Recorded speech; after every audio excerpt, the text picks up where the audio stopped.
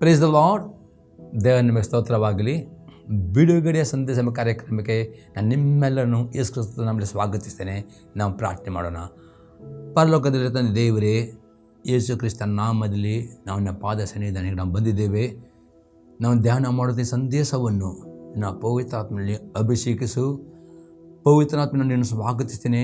ನಮ್ಮ ಒಳ್ಳೆಯ ಬೋಧಕನಾಗಿದ್ದುಕೊಂಡು ಈ ಸಂದೇಶದ ಮುಖಾಂತರ ನಿನ್ನ ಜನಸಂಗಡ ಮಾತನಾಡು. ಪವಿತ್ರಾತ್ಮನೇ, ಈ ವಾಕ್ಯದ ಆತ್ಮಗಳಿಗೆ ಜೀವವನ್ನು, ಪ್ರೋತ್ಸಾಹವನ್ನು, ಬಿಡುಗಡೆಯನ್ನು, ಸಂತೈಸುವಿಕೆಯನ್ನು ಉಂಟು ಮಾಡಿ ಬೇಡಿಕೊಳ್ತೇನೆ ಯೇಸು ಕ್ರಿಸ್ತನ ನಾಮದಲ್ಲಿ, ಆಮೇನ್. ಇವತ್ತಿನ ಧ್ಯಾನ ಮಾಡ್ತೇವೆ ಕೀರ್ತನೆ ಪುಸ್ತಕ 91 ಅದರಲ್ಲಿ 9ರಿಂದ 12ನೇ ವಾಕ್ಯ ತನಕ. ಯೆಹೋವನೇ ನನ್ನ ಶರಣನು, ಪರಾತ್ಪರನನ್ನು ನಿವಾಸಸ್ಥಾನ ಮಾಡಿಕೊಂಡಿದೆಯಲ್ಲ, ಯಾವ ಕೇಡು ನಿನಗೆ ಸಂಭವಿಸದು, ಉಪದ್ರವ ನಿನ್ನ ಗುಡಾರದ ಸಮೀಪಕ್ಕೂ ಬಾರದು. ನೀನು ಹೋಗುವಲ್ಲೆಲ್ಲ ನಿನ್ನನ್ನು ಕಾಯುವುದಕ್ಕೆ ಆತ ನಿನ್ನ ವಿಷಯವಾಗಿ ತನ್ನ ದೂತರಿಗೆ ಅಪ್ಪಣೆ ಕೊಡುವನು. ನಿನ್ನ ಕಾಲು ಕಲ್ಲಿಗೆ ತಗಲದಂತೆ ಅವು ನಿನ್ನ ಕೈಗೆ ಎತ್ತಿಕೊಳ್ಳುವರು. ಪ್ರೀ 91ನೇ ಕೀರ್ತನೆಯಲ್ಲಿ ಈ 9-12 ವಾಕ್ಯದಲ್ಲಿ ಈ ವಾಗ್ದಾನವು ದೇವರು ಕೊಟ್ಟಿದ್ದಾನೆ ಪ್ರೇರೆ ಪ್ರತಿಯೊಬ್ಬ ದೇವರ ಮಕ್ಕಳಿಗೆ. ಅದು ಈ ವಾಗ್ದಾನ ಪ್ರೇರೆ ನಿಮ್ಮದಾಗ ಮಾಡಿಕೊಳ್ಳುವ ಅಥವಾ ನಮ್ಮದಾಗ ಮಾಡಿಕೊಳ್ಳುವ ಏನು ಮಾಡಬೇಕು ಪ್ರೇರೆ? 3 ಸಂಗತಿಗಳನ್ನು ಪ್ರೇರೆ ನಾನು ನಿಮ್ಮ ಮುಂದೆ ಇಡುತ್ತೇನೆ. ಈ 3 ಸಂಗತಿಗಳನ್ನು ಮಾಡಿದರೆ ಈ 9ನೇ ವಾಕ್ಯ ವಾಗ್ದಾನವು ನಿಮ್ಮದಾಗಿ ನೀವು ಮಾಡಿಕೊಳ್ಳಿರಿ. ಮತ್ತು ನಿಜವಾಗದು ಈ ವಾಗ್ದಾನ ಪ್ರಕಾರ ದೇವರು ನಿಮ್ಮನ್ನು ಕಾಪಾಡುವನಾಗಿದ್ದಾನೆ, ಆಶೀರ್ವದಿಸುವನಾಗಿದ್ದಾವೆ. ಹಾಗಾದರೆ 3 ಸಂಗತಿ ಏನು ನೋಡಪ್ರೆ? ಮೊದಲನೇ ಸಂಗತಿಯಾಗಿದೆ, ಪರಾತ್ಪರನನ್ನು ನಿವಾಸ ಸ್ಥಾನ ಮಾಡಿಕೊಳ್ಳಬೇಕು. ಇದರ ಅರ್ಥ ನೋಡಪ್ರೆ 2ನೇ ಸಾಮುವೇಲನ ಪುಸ್ತಕ 22ನೇ ಆದಿಯಲ್ಲಿ 2ರಿಂದ 4ನೇ ವಾಕ್ಯ ತನಕ. ಯೆಹೋವನು ನನ್ನ ಬಂಡೆಯು, ನನ್ನ ಕೋಟೆಯು, ನನ್ನ ವಿಮೋಚಕನು ಆಗಿದ್ದಾನೆ. ಆತ ನನ್ನ ಆಶ್ರಯಗಿರಿಯಾಗಿರುವ ದೇವರು, ನನ್ನ ಗುರಾಣಿಯು, ನನ್ನ ರಕ್ಷಣೆಯ ಕೊಂಬು, ನನ್ನ ದುರ್ಗವು, ನನ್ನ ಶರಣನು, ಬಲತ್ಕಾರಿ ನನ್ನನ್ನು ರಕ್ಷಿಸುವವನು ಆಗಿದ್ದಾನೆ. ಯೆಹೋವನು ಸ್ತೋತ್ರಕ್ಕೆ ಅರ್ಹನು. ನಾನು ಆತನಿಗೆ ಮೊರೆಯಿಡಲು ನನ್ನನ್ನು ಸತ್ತು ರಕ್ಷಿಸುತ್ತಾನೆ. ಪರಾತ್ಪರ ನಿವಾಸ ಮಾಡಿಕೊಂಡು ದತ್ತವಾಗಿದೆ. ದಿನಾಲು ನೀವು ಪ್ರಾರ್ಥನೆ ಮಾಡುವ ಒಂದು ಅಭ್ಯಾಸ ಮಾಡಿಕೊಳ್ಳಬೇಕು. ಕಡಿಮೆ ಎಂದರೆ 1 ಗಂಟೆಯಾದರೂ ಪ್ರಾರ್ಥನೆ ಮಾಡಬೇಕು. ಆ ಪ್ರಾರ್ಥನೆಯಲ್ಲಿ ನಿಮ್ಮ ಬೇಡಿಕೆಯಲ್ಲಿ ಅವಸರ ಮಾಡಬಾರ್ದು. ಮೊದಲು ಏನು ಮಾಡಿ ಪ್ರಾರ್ಥನೆ ಮಾಡುವಾಗ ದೇವರ ಸ್ತುತಿ ಪದಗಳನ್ನು ನಾನು ಸ್ತುತಿಸುವಾರಬೇಕು. ಆನಂತರ ಇಲ್ಲಿ ದಾವೀದನು ದೇವರಿಗೆ ಅಲ್ಲಂಬಿಕೆಯಲ್ಲಿ ಅನೇಕ ಹೆಸರುಗಳುಂಟು ಈ ಒಂದೊಂದು ಹೆಸರು ಹೇಳಿಕೊಂಡು ನೀವು ಮನ ಕಾಲಿರಿಕೊಂಡು ದೇವರನ್ನು ಆರಾಧನೆ ಮಾಡಬೇಕು. ದೇವರು ನನ್ನ ಬಂಡೆ ಆಗಿದ್ದಾನೆ, ನನ್ನ ವಿಮೋಚಕನು, ನಾನು ಈ ರೀತಿಯಲ್ಲಿ ದೇವರ ಹೆಸರುಗಳನ್ನು ಹೇಳಿಕೊಂಡು ಸ್ತುತಿ ಮಾಡಬೇಕು. ಅಷ್ಟೇ ಅಲ್ಲದೆ ಆರಾಧನೆ ಮಾಡುವಬೇಕು. ಯಾವಾಗ ಸ್ತುತಿ ಮತ್ತು ಆರಾಧನೆ ಮಾಡಿದ ನಂತರ ನಿಮ್ಮ ಬೇಡಿಕೆಗಳನ್ನು ನೀವು ಪ್ರಾರ್ಥನೆ ಮಾಡಬೇಕು. ಈ ರೀತಿ ದಿನಾಲೊಂದು ಪ್ರಾರ್ಥನೆ ಮಾಡಿ ಅಟ್ಲೀಸ್ಟ್ 1 ಗಂಟೆಯಾದರೂ ಈ ಬುದ್ಧಿಯಲ್ಲಿ ಪ್ರಾರ್ಥನೆ ಮಾಡಿ ನಿಮ್ಮ ಸಮಯವನ್ನು ಕೊಡುವುದಾದರೆ ವೈಯಕ್ತಿಕವಾಗಿ ಕುಟುಂಬವಾಗಿ ನೀವು ಪ್ರಾರ್ಥನೆ ಮಾಡಿದೆ ಆಗ ನೀವು ಪರಾತ್ಪರನನ್ನು ನಿಮ್ಮ ನಿವಾಸ ಮಾಡಿಕೊಳ್ಳುತ್ತೀರಿ. ಮತ್ತು ಈ ಪ್ರಾರ್ಥನೆ ಕೇಳಿಕೊಂಡು ಈ ರೀತಿ ಯಾರು ಸ್ತುತಿ ಮಾಡಿ ಆರಾಧನೆ ಮಾಡುತ್ತಾರೋ ಅಂಥವರನ್ನು ದೇವರು ಕಾಪಾಡುವನಾಗಿದ್ದಾನೆ. ಅದಕ್ಕೆ ದೇವರು ನಿಮ್ಮನ್ನು ಪ್ರಯಾಣ ಮಾಡುವಾಗ ಹೋಗುವವರು ನಿಮ್ಗೆ ಕಾಪಾಡಬೇಕಾದರೆ ದಿನಾಲು ನಿಮ್ಮ ವೈಯಕ್ತಿಕ ಪ್ರಾರ್ಥನೆ, ವೈಯಕ್ತಿಕವಾದ ಸ್ತುತಿ ಆರಾಧನೆ, ಅದರ ಕುಟುಂಬವಾಗಿ ಸ್ತುತಿ ಆರಾಧನೆ ಅತಿ ಪ್ರಾಮುಖ್ಯವಾಗಿದೆ. ಮತ್ತು ಆರಾಧನೆ ಮಾಡುವುದಂದರೆ ದೇವರ ಹೆಸರು ಹೇಳಿಕೊಂಡು ಆರಾಧನೆ ಮಾಡುವಲಿಕ್ಕೆ ನೀವು ಕಲಿತುಕೊಳ್ಳಬೇಕು ಪ್ರೇರೆ. ಅಥವಾ ಈ ರೀತಿ ಒಂದು ಓದಿಕೊಂಡು ಬೇಕಾದ ಆರಾಧನೆ ಬಿಟ್ಟು ದೇವರನ್ನು ಆರಾಧನೆ ಮಾಡುವ ಆತನ ಹೆಸರನ್ನು ಹೇಳಿಕೊಂಡು ಅರ್ಥಭರಿತ ಆರಾಧನೆ ಮಾಡಿಕೊಂಡು ಪ್ರಾರ್ಥನೆ ಮಾಡಿ ಆ ಪ್ರಾರ್ಥನೆಯು ದೇವರು ಕೇಳಿ ಆತನ ದೇವದೂತರು ನಿಮಗೆ ಕೊಡುವನಾಗಿದ್ದಾನೆ ಪ್ರೇರೆ. ಇನ್ನೊಂದು ವಾಕ್ಯ ನೋಡೋಪ್ರೆ, ಕೀರ್ತನೆ 16 8 ಮತ್ತು 9ನೇ ವಾಕ್ಯ. ನಾನು ಯೆಹೋವನನ್ನು ಯಾವಾಗಲೂ ನನ್ನೆದುರಿಟ್ಟುಕೊಂಡಿದ್ದೇನೆ. ನೋಡಿ ಪ್ರಿಯರೇ, ಪ್ರಾರ್ಥನೆ ಮಾಡುವುದು ಅತಿಯಾದಾಗ ಮಾತ್ರ ನೀವು ಹೇಳುತ್ತೀರಿ. ನಿಮಗೆ ಆತ್ಮೀಯತೆ ಪ್ರಾರ್ಥನೆ ಮಾಡಿದ್ರೆ ಯಾವಾಗ ದೇವರು ನಿಮ್ಮ ಮುಂದೆ ನೀವು ಇಟ್ಟುಕೊಂಡಿರ್ತೀರಿ. ಅದಕ್ಕೆ ನೀವು ದೇವರು ಪ್ರಾರ್ಥನೆ ಮಾಡುತ್ತೀರಿ. ಸುದ್ದಿ ಆದ ಇದು ಅತಿ ಪ್ರಾಮುಖ್ಯವಾಗಿದೆ. ಆತನ ಬಲಗಳಿರುವುದರಿಂದ ನಾನು ಎಂದಿಗೂ ಕದರುವುದಿಲ್ಲ. ಯಾವ ರೀತಿ ನೀವು ಪ್ರಾರ್ಥನೆ ಮಾಡ್ತಾರೆ ನಿಮಗೆ ಯಾವ ನಿಮ್ಮ ಆತ್ಮಸಾಕ್ಷಿ ದೇವರು ನನ್ನ ಸಂಗಡ ಇದ್ದಾನೆ. ಪ್ರಯಾಣ ಮಾಡುವಾಗಲೂ, ವಾಹನದಲ್ಲಿ ಹೋಗುವಳು, ವಾಹನ ಡ್ರೈವರ್ ದೇವರು ಸಂಗಡ ಇದ್ದಾನೆಂಬ ಮನಸಾಕ್ಷಿ, ಆತ್ಮಸಾಕ್ಷಿ ಹೇಳ್ತದೆ ಪ್ರೇರೆ. ಮತ್ತು ಆದ ಕಾರಣ ನನ್ನ ಹೃದಯ ಹರ್ಷಿಸ್ತದೆ. ಯಾವಾಗಲೂ ನೀವು ಪ್ರಾರ್ಥನೆ ಮಾಡುವ ನಿಮ್ಮ ಹೃದಯದಲ್ಲಿ ಯಾವ ಸಂತೋಷ ಉಕ್ಕಿಕೊಂಡಿರ್ತದೆ ಪ್ರೇರೆ. ಯಾವಾಗ ಬೇಸರ, ನಿರಾಸೆ, ಜಿಗುಪ್ಸೆ, ಭಯ, ಅಪನಂಬಿಕೆ ನಿಮ್ಮಲ್ಲಿ ಇರುವುದಿಲ್ಲ ಪ್ರೇರೆ. ನನ್ನ ಮನಸ್ಸು ಉಲ್ಲಾಸಗೊಳ್ಳುತ್ತದೆ, ನನ್ನ ಶರೀರವು ಸುರಕ್ಷಿತವಾಗುತ್ತದೆ. ಹಾಗೆ ನಿಮ್ಮ ಶರೀರವನ್ನು ನೀವು ಸುರಕ್ಷಿತವಾಗಿ ಕಾಪಾಡಬೇಕಾ? ನಿಮ್ಮ ವಾಹನಗಳನ್ನು ಕಾಪಾಡಬೇಕಾ, ನಿಮ್ಮ ಪ್ರಯಾಣ ಬಸ್ಸನ್ನು ಕಾಪಾಡಬೇಕಾ, ನೀವು ಪ್ರಯಾಣ ವಿಮಾನವನ್ನು ಕಾಪಾಡಬೇಕಾ? ಹಾಗಾದರೆ ಪ್ರಿಯರೇ, ದಿನಾಲು ಪ್ರಾರ್ಥನೆ ಮಾಡಲಿಕ್ಕೆ ಕಲಿತುಕೊಂಡಿರಿ. ಪ್ರಾರ್ಥನೆ ಮಾಡೋದು ಗಡಿಬಿಡಿಯಾಗಿ ಎಲ್ಲ ಬೇಡಿಕೆಗಳಲ್ಲಿ ಮೊದಲು ಸ್ತುತಿ ಮಾಡಿರಿ, ಆರಾಧನೆ ಮಾಡಿರಿ, ಎಲ್ಲ ವಿಷಯಕ್ಕೋಸ್ಕರ ಈ ರೀತಿ ಮಾಡಿದರೆ ನಿಮಗೆ ಈ ಒಂದು ಆತ್ಮಸಾಕ್ಷಿಕತೆ, ದೇವರನ್ನ ಸಂಗಡ ಇದ್ದಾನೆ, ಆತನ ನನ್ನೊಟ್ಟಿಗೆ ಇದ್ದಾನೆ, ನಿಮ್ಮ ಮನಸ್ಸು ಸಂತೋಷ ಪಡುತ್ತದೆ, ನಿಮ್ಮ ಹೃದಯವು ಧೈರ್ಯ ಕೊಡುತ್ತದೆ, ಆತ ನಿಮ್ಮ ಶರೀರವನ್ನು ನಿಮ್ಮವನ್ನು ಸೂರ್ಯ ಕಾಪಾಡುವನು ಆಗಿದ್ದಾನೆ. ಮತ್ತು ಪ್ರಾರ್ಥನೆ ಮಾಡೋದು ಮಾತ್ರ ಪ್ರಾರ್ಥನೆ ಮಾಡೋ ಮೊದಲು ಮತ್ತು ಆನಂತರ ವಾಕ್ಯ ಓದುವ ಅಭ್ಯಾಸ ಮಾಡುವುದು ಅತಿ ಅಗತ್ಯವಾಗಿದೆ. ನಾವು ನೋಡ್ತೇವೆ ಜ್ಞಾನೋಕ್ತಿ ಪುಸ್ತಕ 8ನೇ ಅಧ್ಯಾಯದಲ್ಲಿ 34 ಮತ್ತು 35ನೇ ವಾಕ್ಯ. Proverbs 8 verse 34 and 35.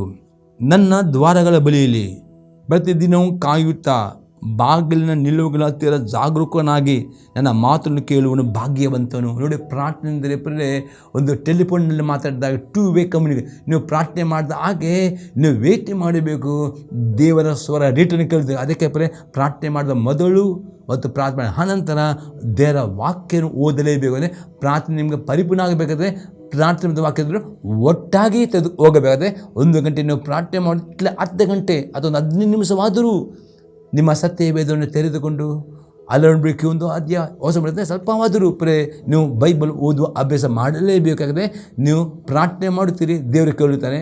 ಹಾಗೆ ಪ್ರಾರ್ಥನೆ ಮಾಡಿದ ಕೂಡಲೇ ನೀವು ಕೆಲಸಕ್ಕೆ ಹೋಗೋದಲ್ಲ, ವೇಟ್ ಮಾಡಬೇಕು. ದೇವರ ಸ್ವರ ಕೇಳಿ ದೇವರು ಮಾತಾಡಬೇಕಾದ್ರೆ ವಾಕ್ಯ ಓದಬೇಕು. ಯಾರು ವಾಕ್ಯ ಓದುತ್ತಾರೋ ದೇವರು ಅವನ ಹತ್ರ ಮಾತನಾಡುತ್ತಾನೆ ಎಂಬುದಾಗಿ ಸ್ವಲ್ಪ ಹೇಳ್ತಾನೆ. ಮತ್ತು 30ನೇ ವಾಕ್ಯದಲ್ಲಿ ಯಾವನನ್ನು ಹೊಂದುತ್ತಾನೋ ಅವನ ಜೀವನ ಹೊಂದುತ್ತಾನೆ. ಅದತ್ತ ದೇವರ ಮಾತ್ರ ವಾಕ್ಯವನ್ನು ಸ್ವೀಕಾರ ಮಾಡಬೇಕು. ಅದಕ್ಕೆ ವಿಧೇಯರಾಗುವುದರೆ ನಿಮ್ಮಲ್ಲಿ ಜೀವ, ಸಂತೋಷ, ಸಮಾಧಾನ, ನಿತ್ಯ ಜೀವ ಎಲ್ಲವನ್ನು ಹೊಂದಿಕೊಳ್ಳುತ್ತೀರಿ. ಮತ್ತು ಇವನ ಕಟಾಕ್ಷಕ್ಕೆ ಗುರಿಯಾದ ದೇವರ ದಯೆ ನಿಮ್ಮ ಮೇಲೆ ಸಿಗದಾಗಿದೆ. ಈ ಕೀರ್ತಿ 91:9ನೇ ವಾಕ್ಯ, ಈ ವಾಗ್ದಾನ ನಿಮ್ಮ ಜೀವಿತ ಆಗಬೇಕಾದರೆ ಮೊದಲು ಪ್ರಾರ್ಥನೆ ಮಾಡುವ ಅಭ್ಯಾಸ ಮಾಡಿಕೊಳ್ಳಬೇಕು. 1 ಗಂಟೆಯಾದರೂ ಪ್ರಾರ್ಥನೆ ಮಾಡಬೇಕು. ಎಟ್ಲಿಂದ ಅರ್ಧ ಗಂಟೆ ಅಥವಾ ಒಂದು 15 ನಿಮಿಷವಾದರೂ ಬೈಬಲ್ ಓದಿ ಅಭ್ಯಾಸ ಮಾಡಿಕೊಳ್ಳಲೇಬೇಕು. ಯಾಕಂದರೆ ಪ್ರಾರ್ಥನೆ ಮಾಡುತ್ತೀರಿ ನೀವು, ದೇವರು ನಿಮ್ಮಲ್ಲಿ ಮಾತನಾಡುವ ಶಬ್ದ ಕೇಳಬೇಕು, ವಾಕ್ಯ ಓದಬೇಕು. ವಾಕ್ಯ ಓದುವಾಗ ಮನಸ್ಸು ಕೊಟ್ಟು ಏಕಾಗ್ರತೆಯಲ್ಲಿ ಓದುವ ಅಭ್ಯಾಸ ಆಗ ದೇವರು ಅಲ್ಲಿ ಬಿಡಕ್ಕೆ ಓದುವೋಗ್ರು ಅಥವಾ ಹೊಸ ಓದೋ ದೇವರು ವಾಕ್ಯದ ಮೂಲಕ ಮಾತನಾಡ್ತಾರೆ. ವಾಕ್ಯಕ್ಕೆ ಜೀವ ಉಂಟು, ಏನಿದ್ದರೂ ಮಾತನಾಡ್ತಾನೆ.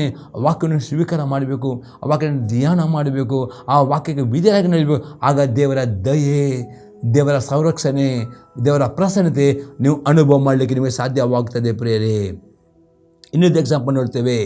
ಐಜಯ ಪ್ರವಾದನೆ ಪುಸ್ತಕ 30ನೇ ಅಧ್ಯಾಯದಲ್ಲಿ 21ನೇ ವಾಕ್ಯ. ಐಜಯ 30 verse 21. ನೀವು ಬಲಕ್ಕಾಗಲಿ ಎಡಕ್ಕಾಗಲಿ ತಿರುಗಿಕೊಳ್ಳುವಾಗ ಇದೇ ಮಾರ್ಗ, ಇದರಲ್ಲಿ ನಡೆಯಿರಿ ಎಂದು ನಿಮ್ಮ ಹಿಂದೆ ಆಡುವ ಮಾತು ನಿಮ್ಮ ಕಿವಿಗೆ ಬೀಳುವುದು. ಯಾವಾಗ ಈ ಪ್ರಾರ್ಥನೆ ಮತ್ತು ವಾಕ್ಯದ ಅಭ್ಯಾಸ ಮಾಡುತ್ತೀರೋ ಆಗ ನೀವು ನಿಮ್ಮ ಜೀವಿತದಲ್ಲಿ ನೀವು ನಿರ್ಧಾರ ತೆಗೆದುಕೊಳ್ಳುವಾಗ ದೇವರು ಆತ್ಮ ನಿಮ್ಮಲ್ಲಿ ಎಳಗುತ್ತಿರುವಲ್ಲ. ಅಂದರೆ ದೇವರ ಸ್ವರ ಅಂದರೆ ನೀವು ಮುಂಜಾನೆ ಇದು ಅಭ್ಯಾಸ ಮಾಡಬೇಕು, ಪ್ರಾರ್ಥನೆ ಮತ್ತು ವಾಕ್ಯ ಓದೋದು. ಹಾಗೆ ಇಡೀ ದಿನ ದೇವರ ವಾಕ್ಯ ನಿಮಗೆ ನೆನಪಿಗೆ ಬರ್ತದೆ. ನೀವು ತಪ್ಪು ಮಾಡುವಾಗ, ತಪ್ಪು ದಾರಿ ಹೋಗುವ ಅದನ್ನು ಹೋಗಬೇಡ ಎಂಬುದೇ ನೀವು ಬೆಳಿಗ್ಗೆ ಓದಿದ ವಾಕ್ಯ ನಿಮಗೆ ನೆನಪಿಗೆ ಬರ್ತದೆ. ಆ ವಾಕ್ಯ ನಿಮಗೆ ಮಾರ್ಗದರ್ಶನವಾಗಿದೆ. ಆ ವಾಕ್ಯ ವಿಧಿಯಾಗಿಕೊಂಡು ಸರಿಯಾದ ದಾರಿ ನಡೆಯುವುದರೆ ದೇವರು ನಿಮ್ಮ ಸಂಗಡ ಬರ್ತಾನೆ. ಆತ ದೇವದೂತರು ನಿಮ್ಮ ಸಂಗಡ ಬರ್ತಾರೆ, ಅವರು ನಿಮ್ಮನ್ನು ಕಾಪಾಡ್ತಾರೆ. ಅದಕ್ಕೆ ಬೆಳಿಗ್ಗಿನ ಜಾವ ಪ್ರಾರ್ಥನೆ ಮಾಡುವ ಅಭ್ಯಾಸ ಅಥವಾ ಯಾವ ನಿಮಗೆ ಟೈಮ್ ಯಾವ ನಿಮಗೆ ಟೈಮ್ ಅನುಕೂಲ ಆ ಟೈಮ್ ಬೆಳಿಗ್ಗೆ ಅಂದರೆ ಯಾವ ಸಮಯ ನಿಮ್ಮ ಡ್ಯೂಟಿಗೆ ನಿಮಗೆ ಅನುಕೂಲ ಆ ಸಮಯವನ್ನು ಪ್ರಾರ್ಥನೆ ಸಮಯ ಮಾಡಿಕೊಳ್ಳಿರಿ. ಮತ್ತು ಆ ಪ್ರಾರ್ಥನೆ ಮಾತ್ರ ಅದರ ಜೊತೆಯಲ್ಲಿ ಬೈಬಲ್ ಓದುವ ಅಭ್ಯಾಸ ಮಾಡಿಕೊಳ್ಳಿ. ಇದು 2 ಸಂಗತಿ ಮಾಡುವುದಾರೆ ಡೆಫಿನೆಟ್ ದೇವರ ಸ್ವರ ನೀವು ಕೇಳುತ್ತೀರಿ, ಆ ಸ್ವರಕ್ಕೆ ವಿಧೇಯರಾಗುವುದರೆ ದೇವರ ಪ್ರಸನ್ನತೆ, ದೇವರ ಸಂರಕ್ಷಣೆ ಅನುಭವ ಮಾಡ್ತೀರಿ. ಇನ್ನೊಂದು ವಾಕ್ಯ ನಾವು ಹೊಸ ನೋಡ್ತೇವೆ. ಯೋನ ಬರೆದ ಸುವಾರ್ತೆ 10ನೇ ಅಧ್ಯಾಯದಲ್ಲಿ 27ರಿಂದ 29ನೇ ವಾಕ್ಯ ತನಕ. ನನ್ನ ಕುರಿಗಳು ನನ್ನ ಸ್ವರಕ್ಕೆ ಕಿವಿಗೊಡುತ್ತವೆ, ನಾನು ಅವುಗಳನ್ನು ಬಲ್ಲೆನು. ಅವು ನನ್ನ ಹಿಂದೆ ಬರುತ್ತವೆ, ನಾನು ಅವುಗಳಿಗೆ ನಿತ್ಯ ಜೀವನ ಕೊಡುತ್ತೇನೆ, ಅವೆಂದಿಗೂ ನಾಶವಾಗುವುದೇ ಇಲ್ಲ. ಯೇಸು ಕ್ರಿಸ್ತನೇ ನನ್ನ ಕುರಿಗಳೇ. ಯೇಸು ನಂಬಿಕೆ ನಾವು ಆತ ಕುರಿಗಳಾಗಿದ್ದೇವೆ. ನೀವು ಪ್ರಾರ್ಥನೆ ಮಾಡಿದ ಓದಿತಿರು, ದೇವರು ಮಾತನಾಡ್ತಾನೆ, ವಿಧೇಯರಾಗ್ತಿರು, ದೇವರು ನಿಮ್ಮ ಬಗ್ಗೆ ಆತನು ತಿಳಿದುಕೊಳ್ಳುತ್ತಾನೆ. ಮತ್ತು ನಿಮ್ಮ ಮುಂದುಗಡೆ ಆತ ಹೋಗ್ತಾನೆ, ನಿಮ್ಮ ಪ್ರಯಾಣ ಮಾಡುವ ನಿಮ್ಮೊಟ್ಟಿಗೆ ಬರುತ್ತಾನೆ. ಆತ ನಿಮ್ಮ ನಿತ್ಯ ಜೀವನ ಕೊಡ್ತಾನೆ. ನಿಮಗೆ ಅಪಘಾತ, ದುರ್ಮರಣ ಸಂಭವಿಸಿದೆ, ದೇವದೂತರು ನಿಮ್ಮನ್ನು ಕಾಪಾಡುವವನು ಆಗಿದ್ದಾನೆ ಅಂತ ಅರ್ಥವಾಗಿದೆ.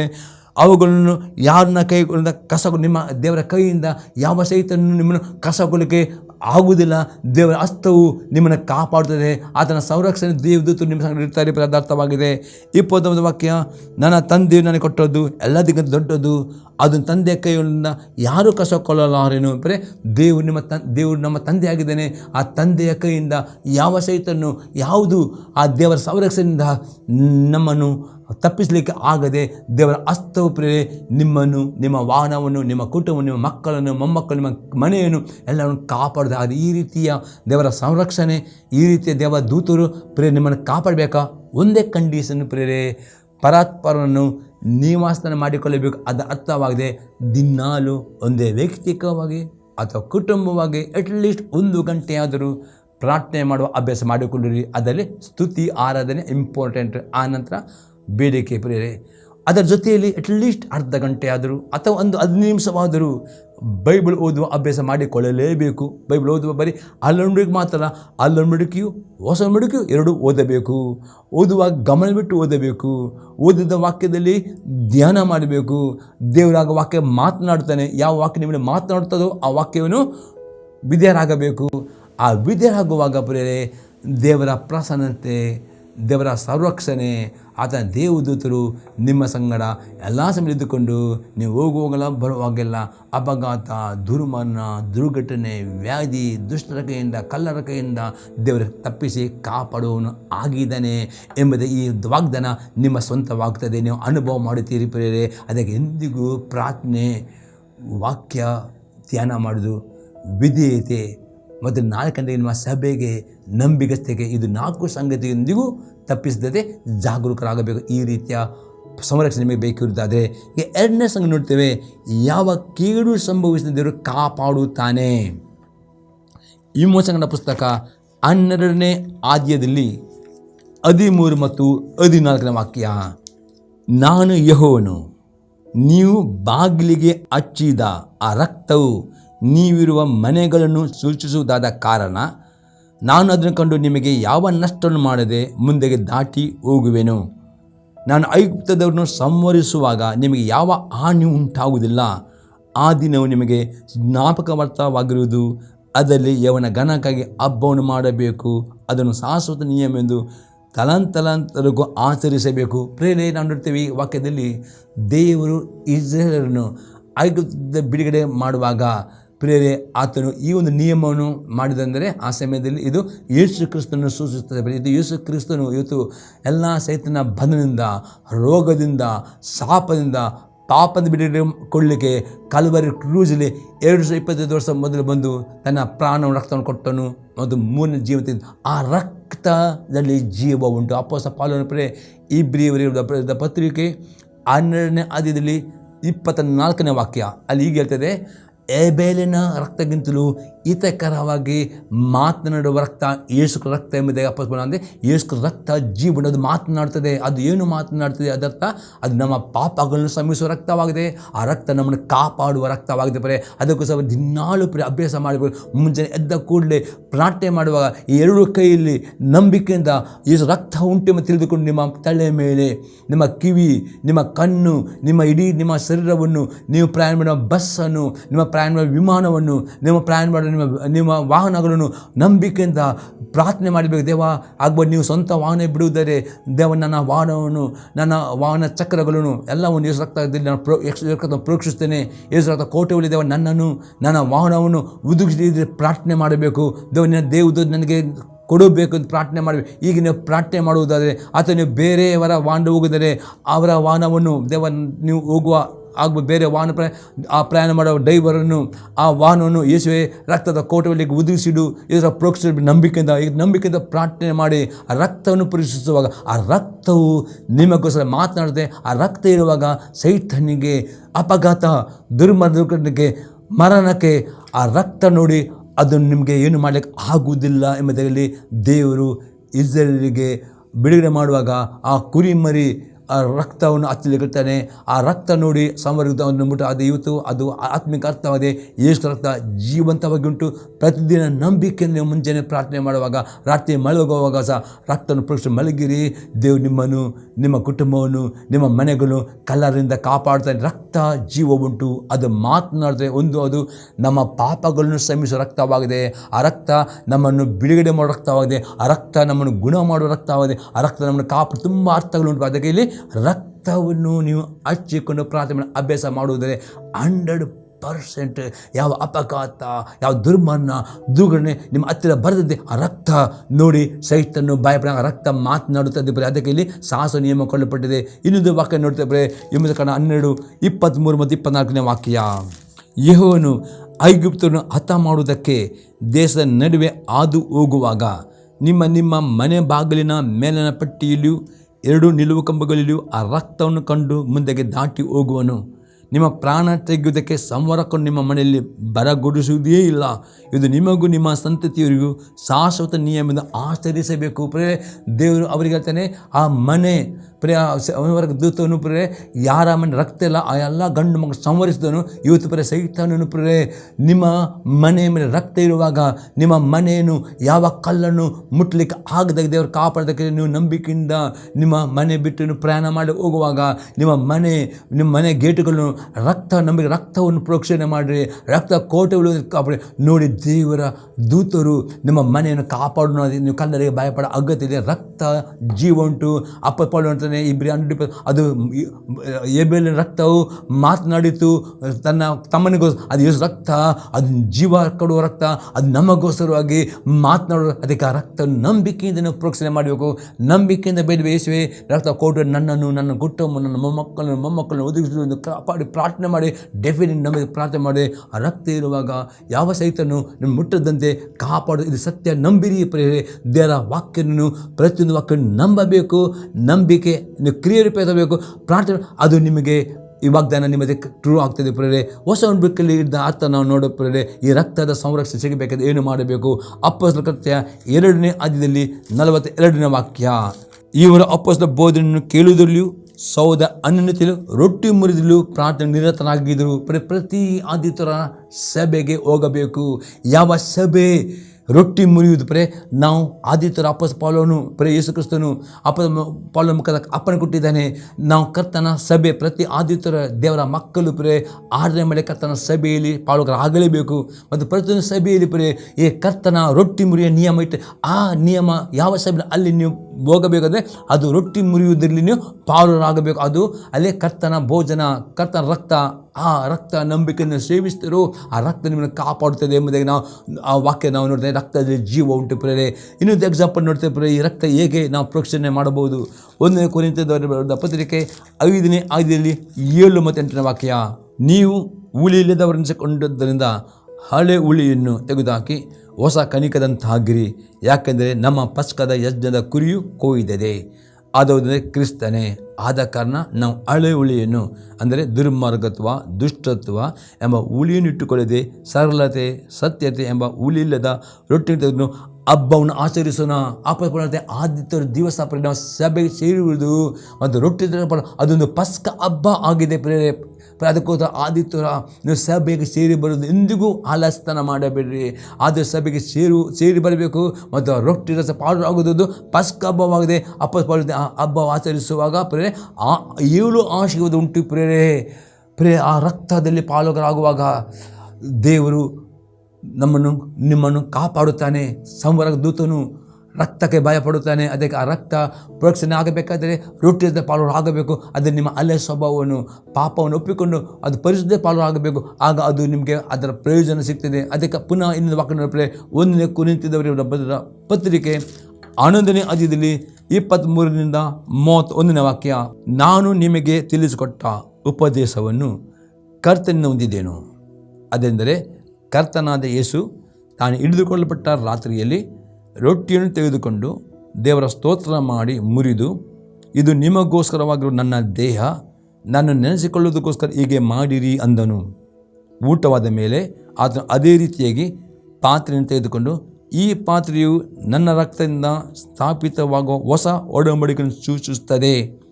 ನೀವು ಇದರಲ್ಲಿ ಪಾನ ಮಾಡುವಾಗೆಲ್ಲ ನನ್ನನ್ನು ನೆನೆಸಿಕೊಳ್ಳೋದಕ್ಕೋಸ್ಕರ ಪಾನ ಮಾಡಿರಿ ಅಂದನು. ಪ್ರಿಯರೇ, ಯೇಸು ಕ್ರಿಸ್ತನು ಪರಲೋಕ ಹೋಗೋ ಮೊದಲು ಪಸ್ಕದ ಭೋಜನ ಮಾಡಿದಂಥ ತನ್ನ ಸೇರೊಟ್ಟಿಗೆ ಆಗ ಆತ ರೊಟ್ಟಿ ಮುರಿದುಕೊಂಡು ತನ್ನ ಸೇರಿ ಕೊಟ್ಟನು. ಮತ್ತು ಆ ನಿಯಮವನ್ನು ಅಪ್ಪಸ್ತಲ ಪೌಲನ ಮೂಲಕ ದೇವರು ನಾವು ಸಭೆಯಾಗಿ ಪ್ರತಿದಿನ ನೀವು ಪ್ರಾರ್ಥನೆ ಮಾಡುವಾಗ ನಂಬಿಕೆ ರಕ್ತನ ಪ್ರೋಕ್ಷಣೆ ಮಾಡಬೇಕು. ಮತ್ತು ಅದು ಗುರುತಾಗಿ ನೀವು ಪ್ರತಿ ಆದಿತ್ಯ ನಾವು ಸಭೆಗೆ ಸೇರಿ ಬರುವಾಗ ನಿಮ್ಮ ಸಭೆಯಲ್ಲಿ ರೊಟ್ಟಿ ದ್ರಾಕ್ಷಾರಸ ಆ ದಿನ ಮಾಡುವಾಗ ಅದರಲ್ಲಿ ನೀವು ಪಾಲುಗಾರಾಗಬೇಕು.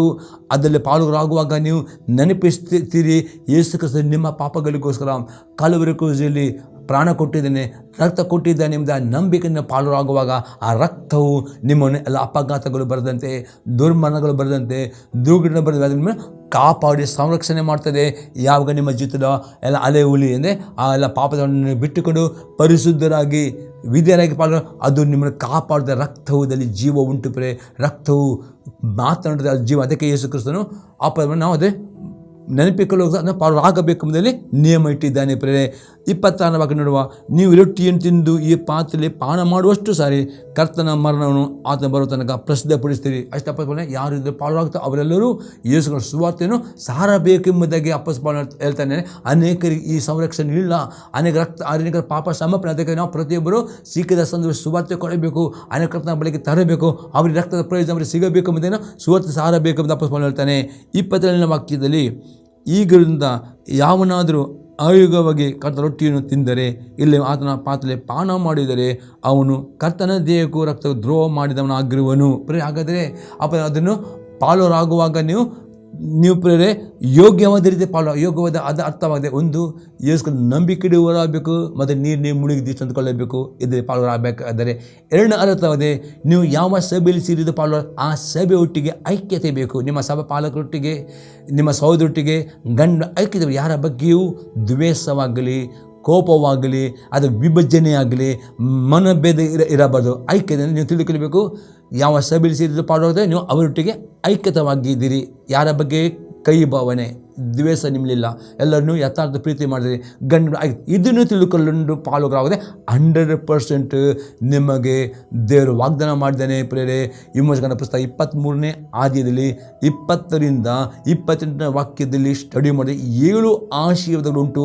ಯಾರು ಕರ್ತನ ಭೋಜನವನ್ನು ಮಾಡುತ್ತಾರೋ ಅವರಿಗೆ. ಪ್ರೇರೆ ಅದರಲ್ಲಿ ಒಂದು ಆಶೀರ್ವಾದ, ದೇವದೂತರು ದೇವರು ನಿಮಗೆ ಕೊಡುತ್ತಾರೆ. ಅವರು ನಿಮಗೆ ಹೋಗುವಾಗ ಬರುವಾಗ ಎಲ್ಲ ಸಮಯದಲ್ಲೂ ಯಾವ ವ್ಯಾಧಿಯು, ಯಾವ ಗಂಡಾಂತರವು, ಯಾವ ಕೇಡು ಬರದಂತೆ ಅಪಘಾತ ನಿಮ್ಮ ದೇವರು ಕಾಪಾಡ್ತಾನೆ. ಆ ರಕ್ತ ನಿಮ್ಮ ಸಂರಕ್ಷಣೆ. ಅದಕ್ಕೆ ಆ ಪ್ರಯೋಜನ ಬೇಕಾ? ನೀವು ರೊಟ್ಟಿಯಿಂದ ಪಾಲುಗಾಗುವ ಗಂಡನ ಬಳಿ ಐಕ್ಯತೆ ಬೇಕು. ಸಭೆಯಲ್ಲಿ ಐಕ್ಯತೆ ಇದ್ದರೆ ದೇವರು ನಿಮ್ಮನ್ನು ಆಶೀರ್ವಾದ ಮಾಡುತ್ತಾನೆ. ಅದೇ ಒಂದು ವೇಳೆ ಆ ರೀತಿ ಐಕ್ಯತೆ ಇಲ್ಲ, ದಿವಸ ಉಂಟು, ಕೋಪ, ಆಗ ಪಾಲುಗಾರಾಗುವುದೇ ಅದೇ ನಿಮ್ಮ ಆ ಪ್ರೊಟೆಕ್ಟ್ ಸಿಗುವುದಿಲ್ಲ ಎಂಬುದೇ ಅಪ್ಪಸ್ತಲನಲ್ಲಿ ಎಚ್ಚರಿಕೆ ಕೊಡುತ್ತಾನೆ. ಪ್ರೇರೆ 22ನೇ ವಾಕ್ಯ ನೋಡ್ತೇವೆ, ಪ್ರತಿ ಮನುಷ್ಯನು ತನ್ನನ್ನು ಪರೀಕ್ಷಿಸಿಕೊಂಡವನಾಗಿ ಆ ರೊಟ್ಟಿಯಲ್ಲಿ ತಗೊಂಡು ತಿನ್ನಲಿ, ಆ ಪಾತ್ರೆ ಕುಡಿಯಲಿ. ಏನು ಪರೀಕ್ಷೆ ನಿಮ್ಮ ಹೃದಯ ನಿಮಗೆ ಸಾಕು. ಹೌದು, ಗಂಡನ ಐಕ್ಯತೆ ಉಂಟಾ? ಯಾರು ಅಥವಾ ನಿಮ್ಮ ಸಭೆಯಲ್ಲಿ ಸಭಾ ಪಾಲುಗಾರ ಯಾರ ಬಗ್ಗೆ ದ್ವೇಷ, ಕೋಪ ಉಂಟಾ? ಪರೀಕ್ಷೆ ಮಾಡಿ. ನಿಮ್ಮ ಹೃದಯ ಸಾಕ್ಷಿ ಯಾರ ಬಗ್ಗೆ ದ್ವೇಷ, ನೀವೆಲ್ಲರೂ ಸಮಾನ ಪ್ರೀತಿ ಮಾಡ್ತೀರಿ, ನಿಮ್ಮ ಸಭೆ ಬಿಟ್ಟು ಒಂದು ಮನಸ್ಸಾಗಿದ್ದೀರಿ, ಇದು ಪರೀಕ್ಷೆ ಮಾಡಿ ಪಾಲುಗಾರಬೇಕು. ಒಂದು ನಿಮಗೆ ಯಾರ ನೋವು ಉಂಟು, ದ್ವೇಷ, ಕೂಡಲೇ ಹೃದಯದಿಂದ ಆ ವ್ಯಕ್ತಿಗೆ ನೀವು ಪರಿಪೂರ್ಣ ಸಮಯ ಕೊಡಬೇಕು. ಯಾರ ಮೇಲೆ ನೋವು, ಕೈಯದ ಬಾನಿಟ್ಟುಕೊಂಡ್ರೆ ನಿಮಗೆ ಪ್ರೊಟೆಕ್ಷನ್ ಸಿಗುತ್ತದೆ. ಅದಕ್ಕೆ ಅಲ್ಲಿ ಅಪ್ಪಸ್ತಲನು ಪರೀಕ್ಷಿಸಿಕೊಂಡು ತೆಗೆದುಕೊಳ್ಳಬೇಕು ಎಂಬುದರಲ್ಲಿ ಹೇಳುತ್ತಾನೆ. 29ನೇ ವಾಕ್ಯ ಹೇಳ್ತಾನೆ, ಕರ್ತನ ದೇವರನ್ನು ಬೀಸಿ ತಿಂದು ಕುಡಿಯುವನು, ಹಾಗೆ ತಿಂದು ಕುಡಿಯುವುದರಿಂದ ನಾಯಿ ತೀರ್ಪುಗೊಳಗಾಗುವನು. ಬರೀ ಯಾರಿಗೆ ನಾಯಿದೆ? ಒಂದು ವೇಳೆ ನೀವು ಕರ್ತನ ಒಳಗಾಗುವಾಗ ನಿಮ್ಮ ಮಧ್ಯೆ ಐಕ್ಯತೆ ಇಲ್ಲ, ನಿಮ್ಮಲ್ಲಿ ಸಮಿಸುವ ಭಾವನೆ ಇಲ್ಲ, ಯಾರು ದೇಶ, ಆವಾಗ ಮಾತ್ರ ನಾಯಿ ತೀರ್ಪು. ಅದು ಏನು ಅಂದರೆ 30ನೇ ವಾಕ್ಯದಲ್ಲಿ, ಈ ಕಾರಣದಲ್ಲಿ ನಿಮ್ಮಲ್ಲಿ ಬಹು ಮಂದಿ ಬಲಹೀನರು ರೋಗಿಗಳು ಆಗಿದೆ ಮತ್ತು ಅನೇಕರು ಸಾಯುತ್ತಾರೆ. ಇದು ಕಾರಣ. ಒಂದು ವೇಳೆ ಕರ್ತನ ಭೋಜನ ಪಾಲುಗಾಗುವಾಗ ಈ ಐಕ್ಯತೆ, ಈ ಏಕಮನಸ್ಸಿದೆ ಮಾತ್ರ ಆ ರೀತಿ ನಾಯ್ತಿರ್ತದೆ. ಆದರೆ ನೀವು ಪರೀಕ್ಷೆ ಮಾಡಿ ಪರಿಸ್ಥಿತಿಯಲ್ಲಿ ಗಣತಿಯಲ್ಲಿ ಪಾಲುಗಾಗುವುದರೆ ದೇವರು ನಿಮಗೆ ಯಾವ ಬಲಹೀನತೆ ಬರಲಿಕ್ಕೆ ಬಿಡುವುದಿಲ್ಲ, ರೋಗಗಳು ಬರಲಿಕ್ಕೆ ಬಿಡುವುದಿಲ್ಲ, ನಿಮಗೆ ದುರ್ಮ ಬರೆದಂತೆ ದೇವರ ಯೇಸು ರಕ್ತವು ನಿಮ್ಮನ್ನು ಕಾಪಾಡ್ತದೆ. ದೇವದೂತ ನಿಂತುಕೊಂಡು ನಿಮ್ಮನ್ನು ಪರಿಪೂರ್ಣವಾಗಿ ಸಂರಕ್ಷಣೆ, ಆ 29ನೇ ವಾಗ್ದಾನ ನೀವು ಅನುಭವ ಮಾಡ್ತೀರಿ. ಅದಕ್ಕೆ ಈ ರೀತಿ ಪರೀಕ್ಷೆ ಮಾಡಿ ಪಾಲುಗಾಗಬೇಕಂತ ಅಪ್ಪಸ್ತಲನಲ್ಲಿ ಎಚ್ಚರಿಸ್ತಾನೆ. 30ನೇ ವಾಕ್ಯದಲ್ಲಿ, ನಾವೇ ವಿಸರ್ಜಿಸಿಕೊಂಡರೆ ನಾವೇ ಒಳಗಾಗುವುದಿಲ್ಲ. ಹಾಗಾದರೆ ನೀವು ಪ್ರತಿ ಸಾಲ ನಿಮ್ಮ ಸಭೆಯಲ್ಲಿ ಪಾಲುಗಾರವ ಗಡಿಬಿಡಿ ಮಾಡಿ ಅವಸರ ಮಾಡಿದರೆ ಅದು ಪರೀಕ್ಷಿಸಿರಿ. ನಿಮ್ಮ ಐಕ್ಯತೆ, ಗಂಡನ ಮಧ್ಯದಲ್ಲಿ ನಿಮ್ಮ ಸಭೆ ಒಟ್ಟು ಐಕ್ಯತೆ, ಒಂದೇ ಮನಸ್ಸುಂಟಾ? ಇದೆಲ್ಲ ಪರೀಕ್ಷೆ ಮಾಡಿಕೊಂಡು ಪರಿಶುದ್ಧ ರೀತಿಯಲ್ಲಿ ನಾವೆಲ್ಲರೂ ಒಂದಾಗಿದ್ದೇವೆ. ಸಭೆಯ ಐಕ್ಯತೆ ಆ ರೀತಿಯ ಒಂದು ಪರಿಶುದ್ಧತೆ 100% ಪ್ರೇರೆ 91ಕ್ಕೆ 92 ವಾಗ್ದಾನ ನಿಮ್ಮದಾಗಿದೆ. ದೇವದೂತರು ನಿಮ್ಮ ಸಂಗತಿಕೊಂಡು ಯಾವ ರೋಗಗಳು ಮರಣಗಳು ದೇವರು ಕಾಪಾಡುತ್ತಾನೆ. ಯಾವ ಕೀಡು ನಿಮ್ಮ ಹತ್ತಿರ ಬರುವುದಿಲ್ಲ. ಯೇಸು ರಕ್ತವು ನಿಮ್ಮ ಸಂರಕ್ಷಣೆ, ಆ ರಕ್ತದಲ್ಲಿ ಜೀವ ಉಂಟು ಪ್ರೇರೆ. ದೇವರು ನಮಗೆ ಸ್ತೋತ್ರವಾಗಲಿ. ಇದು ನಿಮ್ಮ ಜೊತೆ ಅನುಭವ ಮಾಡಿರಿ, ಆಗ 100% ಪ್ರೇರೆ ದೇವರ ವಾಕ್ಯ ಹೇಳ್ತದೆ. ಕೀರ್ತನೆ 31 ವಾಕ್ಯದಲ್ಲಿ ಯೆಹೋವನಲ್ಲಿ ಭಕ್ತರ ಸುತ್ತಲೂ ಆತನ ದಂಡಿಲಿದ್ದುಕೊಂಡು ಎಲ್ಲ ಸಮಯ ದೇವದೂತರು ಪ್ರೇರೆ ನಿಮ್ಮ ಪ್ರಯಾಣ, ನಿಮ್ಮ ವಾಹನ, ನಿಮ್ಮ ಮಕ್ಕಳು, ನಿಮ್ಮ ಮನೆಯನ್ನು ಕಾಪಾಡಿ ಸಂರಕ್ಷಣೆ ಮಾಡಿದೆ. ದೇವರ ನಿಮ್ಮ ಸ್ತೋತ್ರವಾಗಿರಿ. ಈ ಸಂಜೆ ಮುತ್ತಿನವಾಗುವುದರೆ ನಿಮ್ಮ ಅಭಿಪ್ರಾಯ ತಿಳಿಸಿರಿ. ಪ್ರಾರ್ಥನೆ ಮಾಡೋಣ. ತಂದೆಯವನಿಗೆ ಸ್ತೋತ್ರ ಕೊಂಡಾಡ್ತೇನೆ. ದೇವ ಈ ವಾಗ್ದಾನದ ಪ್ರಕಾರ ನಿನ್ನ ಮಕ್ಕಳು ಈ ವಾಗ್ದಾನ ಪ್ರಯೋಜನ ಹೊಂದಿಕೊಳ್ಳುವಂತೆ ನಿನ್ನ ರಕ್ತವನ್ನು ಪರೀಕ್ಷಿಸುವುದಕ್ಕೆ ಆ ರಕ್ತವಾದ ಸಂರಕ್ಷಣೆ ಅನುಭವ ಮಾಡುವಂತೆ, ನಿನ್ನೆಲ್ಲ ಪ್ರಾರ್ಥನೆ ಮಾಡುವಂತೆ, ನಿನ್ನ ವಾಕ್ಯ ಧ್ಯಾನ ಮಾಡುವಂತೆ, ವಾಕ್ಯಕ್ಕೆ ವಿಧೇಯರ ಹೋಗುವಂತೆ, ತಮ್ಮ ಪ್ರತಿ ಅದರ ಸಭೆಯಲ್ಲಿ ಅನ್ನಿಡುವಂತೆ ಆ ಶುದ್ಧವಾದ ಮನಸ್ಸಾಕ್ಷಿಯಿಂದ ಅನ್ನಿನ ಕೃಪೆಯನ್ನು ದಯಪಾಲಿಸಿಕೊಂಡು ಪ್ರತಿಯೊಬ್ಬ ವೀಕ್ಷಕರು ನೀನು ವಾಗ್ದಾನ ಮಾಡಿದ ಈ ವಾಗ್ದಾನದ ಆಶೀರ್ವಾದವನ್ನು ಅವರು ಹೊಂದಿಕೊಳ್ಳುವಂತೆ, ಪ್ರತಿಯೊಬ್ಬ ವೀಕ್ಷಕರು ಪ್ರಯಾಣ ಮಾಡುವಾಗ ಎಲ್ಲ ಅಪಘಾತ, ದುರ್ಘಟನೆ ರಕ್ಷಿಸಿದ ದೇವದೊಟ್ಟಿಕೊಂಡು ಕಾಪಾಡಬೇಕು, ಸಂರಕ್ಷಣೆ ಮಾಡಬೇಕು. ಎಲ್ಲ ಒಳ್ಳೆ ಆರೋಗ್ಯ ಕೊಡು, ದೀರ್ಘ ಆಯುಷ್ಯ ಕೊಡಬೇಕು. ಎಲ್ಲ ರೋಗಗಳನ್ನು ಗುಣ ಮಾಡಬೇಕು ಬೇಡ್ಕೊಳ್ತೇನೆ ಯೇಸು ಕ್ರಿಸ್ತನ ನಾಮದಲ್ಲಿ. ಆಮೇನ್. Praise the lord. ದೇವರು ನಿಮ್ಮನ್ನು ಆಶೀರ್ವಾದ ಮಾಡಲಿ.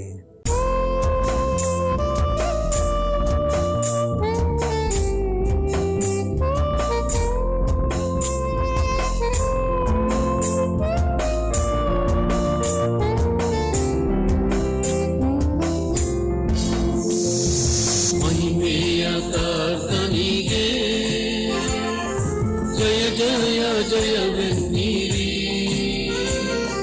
ಜಯ ವೀರ ದೇವನಿಗೆ ನಿತ್ಯ ಸ್ತುತಿ ತನ್ನಿರಿ.